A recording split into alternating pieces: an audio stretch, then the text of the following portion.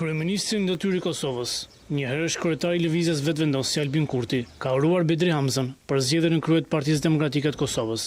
Proceset zgjedhore brenda partisë janë parime themelore për funksionimin dhe avancimin e shtetit, ka shkruar Kurti në llogarinë e tij në Facebook. Ai ka thënë se do të vazhdojë angazhimin për bashkëpunimin korrekt në përputhje me vullnetin e qytetarëve. Zgjedhja e Bedri Hamzës në krye të Partisë Demokratike të Kosovës shikohet nga analistët si një mundësi afrimi mes PDK-s dhe lëvizjes vetëvendosje. Bedri Hamza u zgjodh kryetari i ri i Partisë Demokratike të Kosovës gjatë konventës së mbajtur të kësaj partie pas ditën e 17 nëntorit. Hamza u zgjodh përmes votimit të hapur dhe për të nuk kishte vota kundër. Ai nuk ishte kundër kandidat dhe zgjedhja e tij u bë pasi Memli Krasniqi disa ditë më parë dorëheqi nga kreu i partisë. Konventa u zhvillua me thirrje për unitet nga Hamza dhe Krasniqi, por edhe me kritika nga kryetari i saj Enver Hoxhaj. Ky i fundit e ka cilësuar procesin si jo demokratik. Hamza është zgjedhur me shumicë gati absolute të votave të 457 delegatëve prezent. Ai ka thënë se Kosova tani ka nevojë për PDK-n e bashkuar dhe me vizion të qartë. Po ashtu Hamza theksoi se nuk ka vija të kuqe për asnjë subjekt politik, teksa shpyetur nëse mund të bashkëpunojë me lëvizjen vetëvendosje. Unë asnjëherë nuk kam vendosur vija të kuqe, dhe siç e pam edhe në këto zgjedhje në balotazh, edhe ata që kanë vënë vija të kuqe të gjithë kanë rënë,